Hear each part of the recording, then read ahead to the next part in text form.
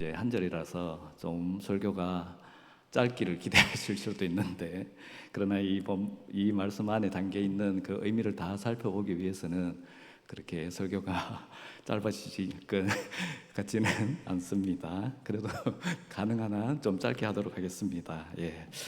오늘 본문 구절을 보시면 그 예수님께서는 우리에게 서로 화목할 것을 명령하시는데요. 우리 속에 소금을 두고 화목하라고 말씀하십니다. 뭐 서로 화목하라는 말씀은 말 그대로 서로 분쟁하며 다투지 말고 평화롭게 잘 지내라는 말씀이죠. 그런데 너희 속에 소금을 두고 서로 화목하라는 말씀은 무슨 의미일까요? 일단 너희 속에 소금을 두라는 말씀은 너희 안에 소금을 가지고 있어야 한다는 말씀입니다. 그러니까 우리는 우리 속에 소금을 지니고서 서로 화목해야 한다는 거죠. 그러면 우리가 이렇게 지니고 있어야 할 그 소금이 구체적으로 무엇을 말씀하는 걸까요? 오늘 본문 구절을 보면 예수님께서는 세 번에 걸쳐 이제 소금을 말씀하고 계신데요. 각각의 그 소금이 뭐 동일한 의미를 전달한다기보다는 약간씩 변형되어서 또 확장되어서 그 의미가 전달되고 있습니다. 무엇보다 가장 먼저 예수님께서는 소금은 좋은 것이라고 말씀하십니다.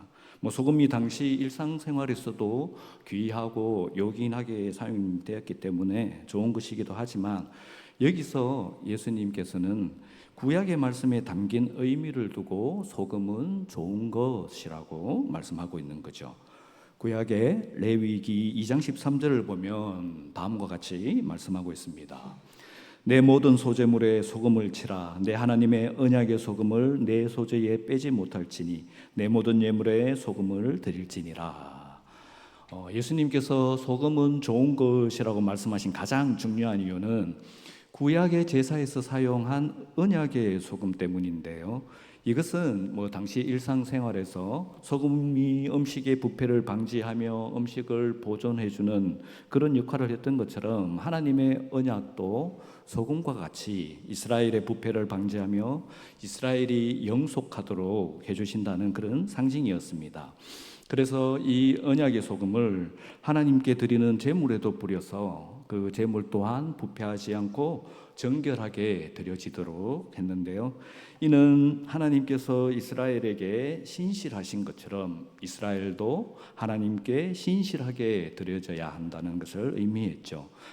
이렇게 소금은 하나님과의 관계의 그 영속성과 또 이스라엘의 정결함을 보존해 주는 그런 신실함의 상징이었기 때문에 주님께서는 가장 먼저 소금은 좋은 것이라고 말씀하신 겁니다.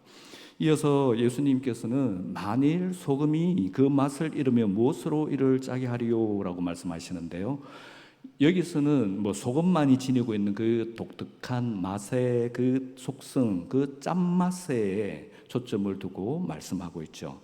소금이 하나님과의 그 영속적이고 정결한 관계, 즉 하나님과의 신실한 관계를 보존하는 역할을 상징하듯이, 그 짠맛은 그러한 하나님과의 신실한 관계를 통해서 하나님의 백성들에게서 나타나야 하는, 드러나야 하는 맛, 그러니까 그 하나님 백성만의 정체성을 대표하는 것입니다. 그러니까 여기서 두 번째로 언급하신 소금은 말하자면 짠맛으로 대표되는 제자의 구별된 정체성을 나타내고 있는데요. 제자가 이러한 특성을 이루면 무엇으로 그가 제자인 줄 알겠냐, 그러니까 하나님의 자녀, 하나님의 백성이로 구별이 되겠냐고 말씀하고 있습니다. 그리고 마지막 세 번째로 예수님께서는 이런 제자의 구별된 정체성이라는 소금을 우리 속에 가지고서 서로 화목하라고 말씀하시잖아요.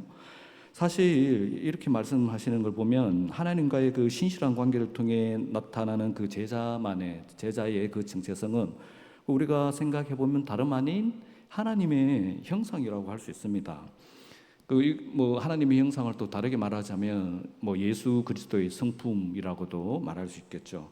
근데 이는 상당히 포괄적인 의미를 지니고 있습니다. 그러니까 뭐 하나님의 형상 곧 예수 그리스도의 성품은 그 우리 속에, 이것을 우리 속에 가지고 서로 화목하라는 말씀은 너무 좀 우리 예수 그리스도를 닮고 하나님의 형상이 우리로서 너무 당연하고 또 꽤나 그래서 모호하게 들릴 수 있는 거죠. 그래서 좀 더 구체적으로 그 제자의 구별된 정체성으로서 어떤 점들을 말씀하시는지 살펴봐야 할 필요가 있는데요. 그러기 위해서 우리는 예수님께서 말씀하신 오늘 본문 구절 9장 50절의 문맥을 먼저 들여다볼 필요가 있습니다.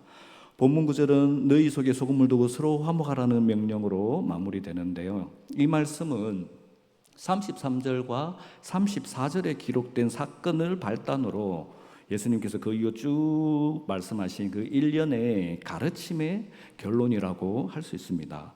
33절과 34절로 그슬로 올라가 보면 다음과 같이 기록되어 있죠. 가버나움에 이르러 집에 계실새 제자들에게 물으시되 너희가 길에서 서로 토론한 것이 무엇이냐 하시되 그들이 잠잠하니 이는 길에서 서로 누가 크냐 하고 쟁론하였음이라. 제자들이 가버나움에 이르러 그할 집으로 이렇게 가는 길에 서로 논쟁을 했는데요. 예수님께서는 그들이 무엇을 두고 토론했느냐고 물으셨습니다. 그러나 제자들은 아무 대답도 하지 못하고 잠잠했죠. 왜냐하면 그들은 서로 누가 큰지 언쟁을 벌이고 있었기 때문인데요. 이는 그 앞뒤 문맥으로 보면 참 면목 없는 짓인 걸 그들 스스로도 잘 알았기 때문입니다. 왜냐하면 바로 직전 31절과 32절 내용을 보면 예수님께서는 자신이 죽으시고 부활하신다는 것을 제자들에게 또 여러 번 이미 가르치셨고 또 가르치시지만 제자들은 여전히 그러한 예수님의 말씀을 깨닫지도 못하고 또 예수님께 무슨 의미냐고 물어보기도 두려워했다고 말씀하고 있습니다. 근데 그들은 이러한 예수님의 말씀이 무슨 뜻인지 서로 토론했던 것이 아니라 그렇게 예수님께서는 십자가에 죽으시기까지 자신을 낮추시고 자신을 내어주시는 희생을 말씀하시는데 도리어 그들은 누가 더 큰 자인지 누가 더 높은 자리에 오를 특권이 있는지 그런 말다툼을 하고 있었던 겁니다. 그래서 예수님께서는 그런 제자들을 불러 모시고 다음과 같이 말씀하시죠. 35절 예수께서 앉아서 12 제자를 불러서 이르시되 누구든지 첫째가 되고자 하면 무사람의 끝이 되며 무사람을 섬기는 자가 되어야 하리라 하시고 예수님께서는 서로 누가 큰지 다투고 있는 제자들에게 이렇게 말씀하시는데요. 누구든지 첫째가 되고자 하면 무사람의 끝이 되며 무사람을 섬기는 자가 되어야 하리라. 그리고는 이제 이와 관련된 가르침을 이렇게 계속해서 여러 가지 키워드를 통해서 말씀하시면서 그리고 결론적으로 오늘 본문 구절에 너희 속에 소금을 두고 화목하라는 명령으로 마무리하고 계신 겁니다. 그러니까 누구든지 첫째가 되고자 하면 무사람의 끝이 되며 무사람을 섬기는 자가 되어야 하리라는 바로 이 말씀이 화목에 필요한 소금, 말하자면 화목을 위해 우리가 지녀야 할 핵심적인 정체성이라고 할 수 있는데요. 이 말씀과 관련해서 연속된 교훈들을 계속 가르치시면서 이 오늘 본문 구절 50절에 이르기까지 마무리하고 있습니다. 그러므로 본문 구절에서 말씀하는 소금은 누구든지 첫째가 되고자 하면 무사람의 끝이 되며 무사람을 섬기는 자가 되어야 하라는 이 말씀을 핵심 원리로 해서 여러 가지 교훈들, 가르침들을 제자로서의 정체성이라고 할 수 있죠. 그런데 주님께서 말씀하신 이러한 구별된 정체성에 대한 교훈들이 계속 이어져서 본문 구절로 마무리되기 때문에 우리는 이 33절에서 시작해서 50절에 이르기까지의 이 주님의 가르침 전체를 이제 살펴봐야 주님께서 말씀하신 너희 속에 소금을 두고 서로 화목하라는 이 의미를 온전히 이해할 수 있을 겁니다. 그래서 이제 이러한 문맥을 고려해서 보면 먼저 35절의 이 핵심적인 제자의 정체성은 그 다음에 두 가지로 적용되고 있다는 걸 알 수 있는데요. 첫째는 36절과 37절에 나오는 말씀이고요. 그리고 둘째는 38절에서 41절에서 가르치시는 교훈입니다. 먼저 36절과 37절을 보시면 이렇게 말씀하고 있습니다. 어린아이 하나를 데려다가 그들 가운데 세우시고 안으시며 제자들에게 이르시되 누구든지 내 이름으로 이런 어린아이 하나를 영접하면 곧 나를 영접하며 누구든지 나를 영접하면 나를 영접함이 아니요 나를 보내신 이를 영접함이니라. 아멘. 예수님께서는 주님의 이름으로 어린아이 하나를 영접하는 것이 곧 예수님을 영접하는 것이며 또한 하나님 아버지를 영접하는 것이라고 말씀하십니다. 당시 문화에서는 이 어린아이가 가장 사실 낮은 위치, 지위에 있는, 그리고 아주 약하고 하찮은 그런 사람을 나타내는 존재입니다. 그런데 이렇게 약하고 하찮은 사람을 예수님의 이름으로 귀하게 여기고 성심껏 대하는 것이 곧 예수님과 성부 하나님을 존귀하게 섬기는 것이라고 말씀하고 있는 것입니다.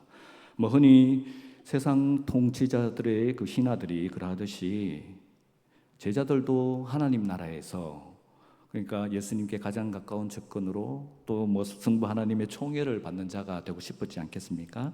그래서 그들 또한 세상이 자기 왕에게 섬기는 것처럼 예수님을 늘 가까이 따르며 예수님을 정성껏 섬기고 또 성부 하나님을 가장 고귀하게 높여 그렇게 공경하고자 했을 겁니다. 그러나 사도행전 17장 25절에서도 있는 말씀처럼 사도행전 17장 25절 한번 띄워 보여주시면 이렇게 하나님께서는 무엇이 부족한 것처럼 사람의 손으로 섬김을 받으시는 분이 아니라고 말씀하고 있죠. 그러니까 하나님 앞에서 모든 것을 다 드릴 것처럼 그렇게 종처럼 모든 것을 다해서 하나님을 높이 섬기고 또 예수님의 제자로 예수님만 따르고 섬기고 하는 그것 자체가 사실은 그것 자체만으로는 성부 하나님과 성자 예수 그리스도를 진정으로 존귀하게 하는 것이 될 수 없다는 것입니다. 그렇기 때문에 제자들이 진정으로 예수님을 섬기며 성부 하나님을 존귀케 하려면, 그래서 참으로 주님의 청해받는 그 최측근으로 여겨지려면 그는 예수님의 이름으로 힘없고 비천한 사람을 귀하게 여기고 성심성의껏 대해야 한다고 말씀하고 있습니다. 뿐만 아니라 그 하나님 나라에서는 무사람의 끝이 되어 무사람을 섬기는 것이, 그러니까 무시라는 건 모든 오를 의미하죠. 그러니까 모든 사람이 가장 낮은 자로서 그렇게 모든 사람을 섬기는 것이 세상에서 생각하는 것처럼 아주 작고 천한 일이 아니라 그것이 예수님을 직접 영접하는 것일 뿐만 아니라 성부 하나님을 영접하게 되는 그리고 크고 중대한 일이라고 말씀합니다. 그러니까 하나님 나라에서는 이렇게 힘없고 비천한 사람을 영접하는 사람이 곧 가장 높고 귀하신 주님을 영접하는 크고 중요한 것이라는 것이죠. 우리가 잘 아는 것처럼 국빈이 방문할 때 그 방문하는 그 분의 그 지위에 따라서 그 영접하는 로 나가는 사람의 지위도 달라지기 마련이지 않습니까? 그러니까 우리가 예수 그리스도를 영접하고 가장 지극히 높고 위대하시고 존귀하신 예수 그리스도와 성부 하나님을 영접하는 자라면 그만큼 우리는 그의 격에 맞는 하나님의 자녀로서 존귀한 자인 거죠. 근데 실제로 여기서 말씀하는 그러게 하기 위해서 우리가 가장 낮고 비천한 힘없고 연약한 자를 영접하라고 말씀하고 있는 것입니다. 그런데 여기서 또 한 가지 우리가 분명히 기억해야 될 부분이 있는데요. 그러니까 인본주의의 관점에서 그러한 인권, 어떤 사람이라도 귀하게 여기고 똑같이 대우해야 한다는 그런 인권의 개념과는 다르다는 것을 기억해야 합니다. 왜냐하면 37절에서 말씀하고 있는 대로 누구든지 예수님의 이름으로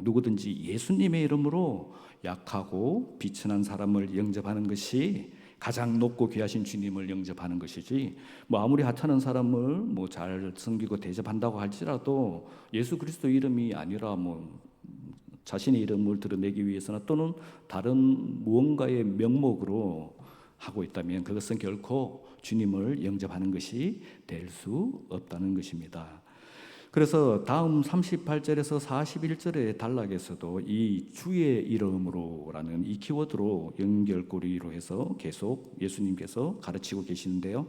우선 38절을 보면 제자 요한이 예수님께 이렇게 보고합니다. 요한이 예수께 여짜오되 선생님, 우리를 따르지 않는 어떤 자가 주의 이름으로 귀신을 내쫓는 것을 보고 우리가 보고 우리를 따르지 아니함으로 금하였나이다. 요한의 이 보고를 보면 참 우리 인간들의 죄성이 얼마나 아이러니한가를 보여주고 있는데, 왜냐하면 그 위쪽 단락에 나오는 9장 18절의 기록을 보면 이렇게 되어 있어요. 귀신이 어디서든지 그를 잡으면 거꾸로 저 거품을 흘리며 이를 갈며 그리고 파리해지는지라. 내가 선생님의 제자들에게 내쫓아 달라 하였으나 그들이 능히 하지 못하더이다.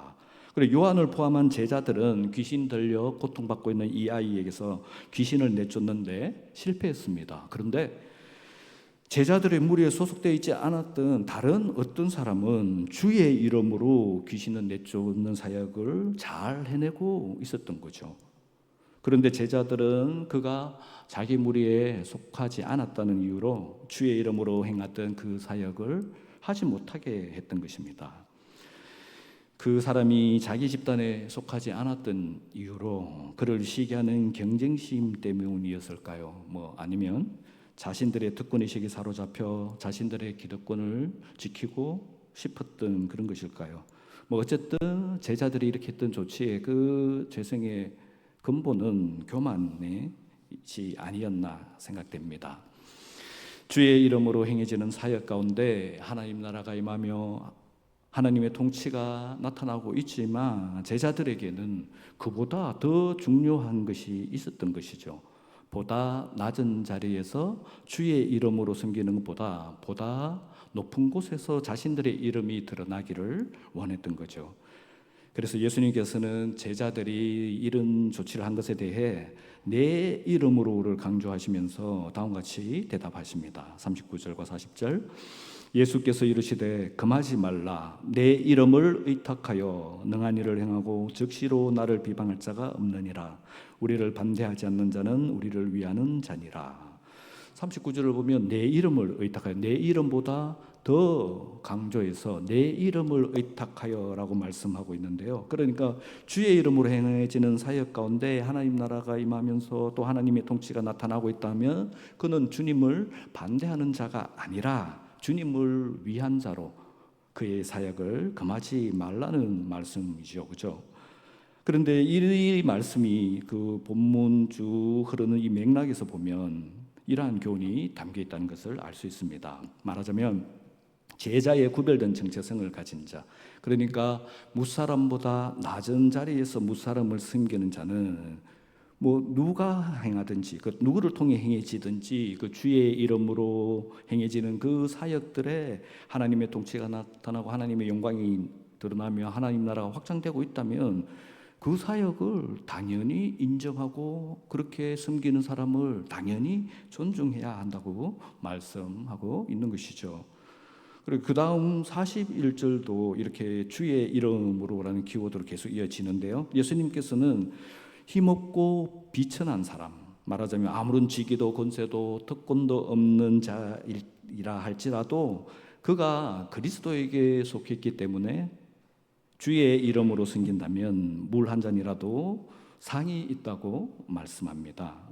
41절. 누구든지 너희가 그리스도에게 속한 자라 하여 물 한 그릇이라도 주면 내가 진실로 너희에게 이르노니 그가 결코 상을 잃지 않으리라. 저기 관로로 노랗게 내 이름으로라고 넣어두고 있는데, 원래 헬라어를 보면 엔 오노마티라고 해서 내 이름으로라는 말씀이 이 키워드가 포함되어 있습니다.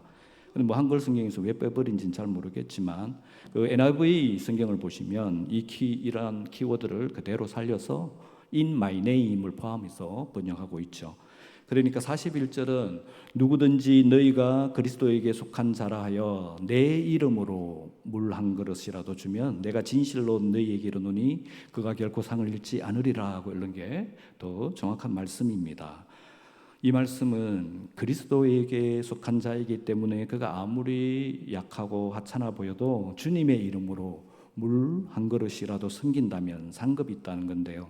이는 낮은 자리에서 힘없고 비천한 사람에게 행하는 아무리 작은 섬김이라 할지라도 주님 때문에 주님의 이름으로 섬기는 것이 하나님 나라의 그 영원한 상급을 받을 가치와 의미가 있다는 말씀입니다. 이 또한 전체 맥락에 따른 교훈을 보면 다음과 같은 의미를 담고 있죠. 제자의 구별된 정체성을 가진 자, 그러니까 무사람보다 낮은 자리에서 무사람을 섬기는 자에게는 주님의 이름으로 행한 그 어떠한 섬김, 아무리 작은 섬김이라 할지라도 하나님 나라에 상급이 있다는 말씀입니다. 그러나 이러한 41절의 경우와는 정반대로 42절부터의 다음 단락에서는 하나님 나라의 상급이 아니라 지옥의 심판을 말씀하시는데요.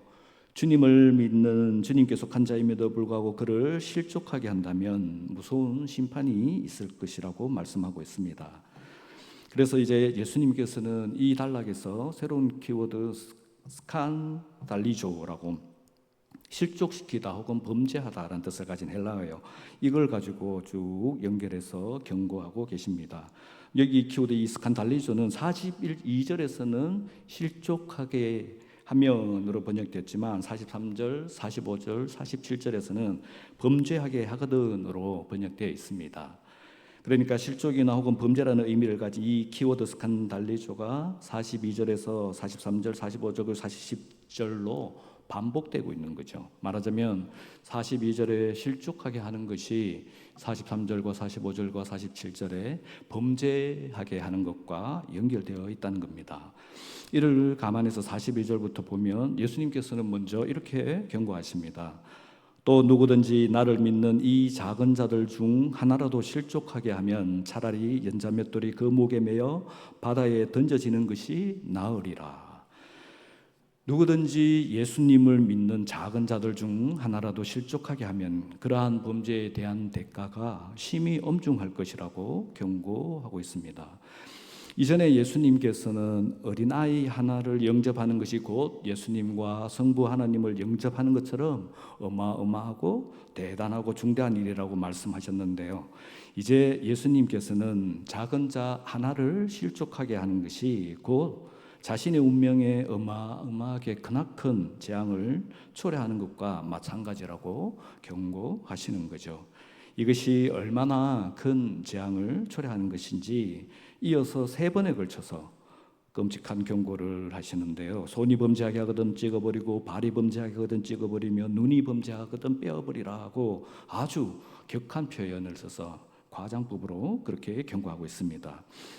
43절과 45절과 그리고 47절에 이렇게 범죄하게 하거든이라는 말씀을 우리가 뭐 일반적인 의미로 어떤 범죄를 한다라고 이렇게 폭넓게 볼 수도 있겠지만, 우리가 33절부터 이렇게 50절까지 이어진 이 단락에서의 그 맥락을 감안하고 또 42절 바로에서 같은 스칸달리조로 표현했던 실족하게 하면 이거와 연결되어 있다는 점을 고려해 보면 좀 더 특정한 경우를 가리킨다고 볼 수 있습니다.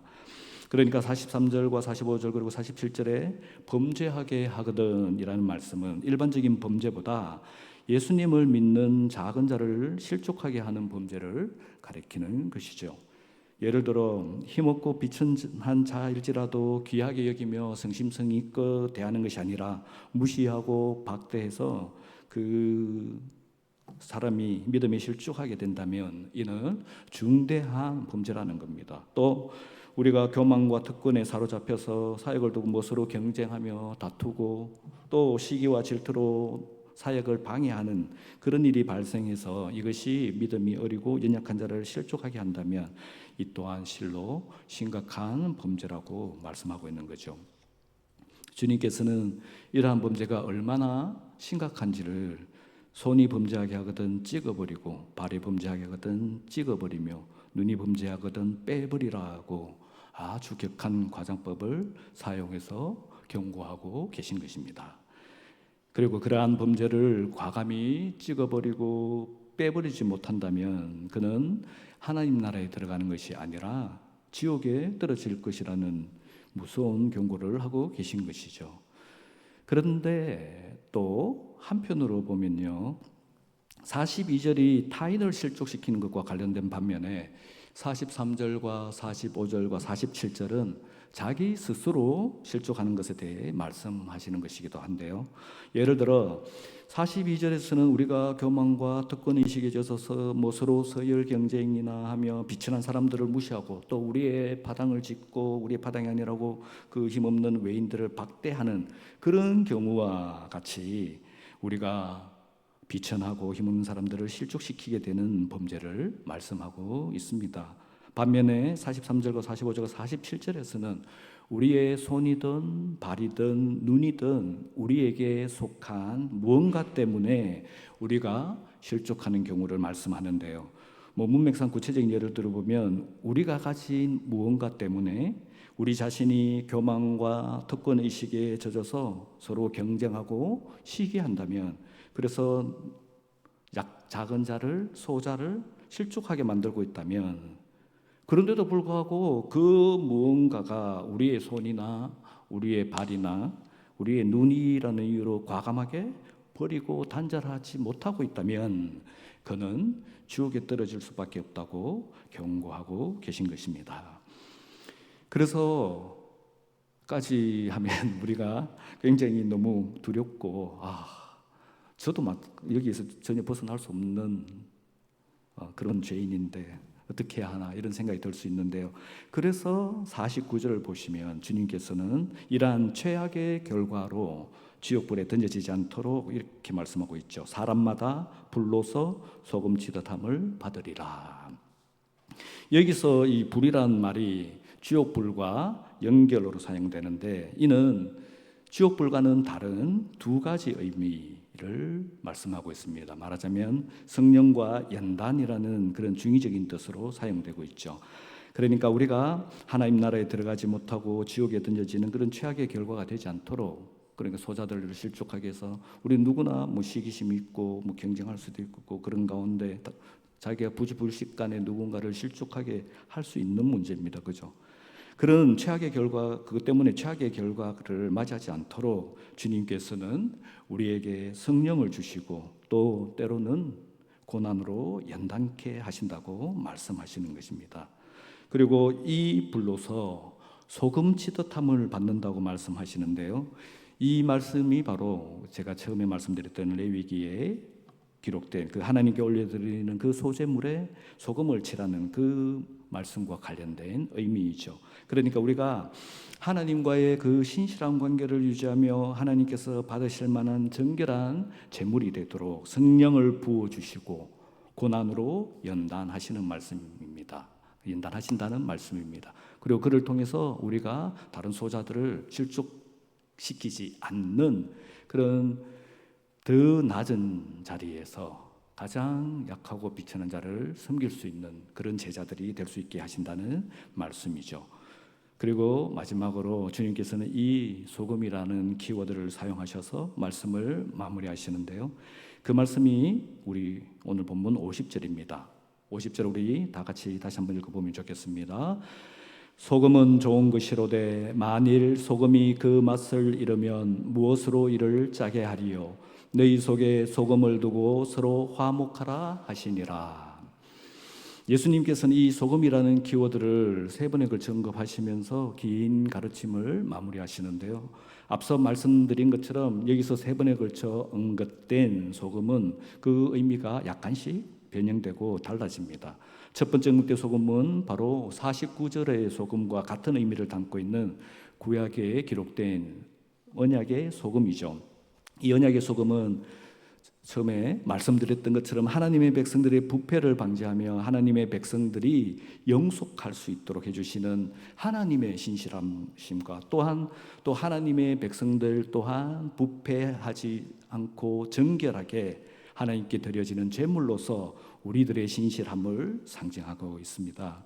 그리고 이어서 두 번째 언급하신 소금은 하나님과의 이렇게 신실한 관계를 통해 우리에게 나타나야 되는 그런 정체성을 대표한다고 말씀드렸죠. 그리고 마지막으로 세 번째 언급하신 소금은 이러한 정체성 중에서 특히 이 본문 전체를 통해 예수님께서 가르치신 제자의 구별된 정체성을 의미합니다.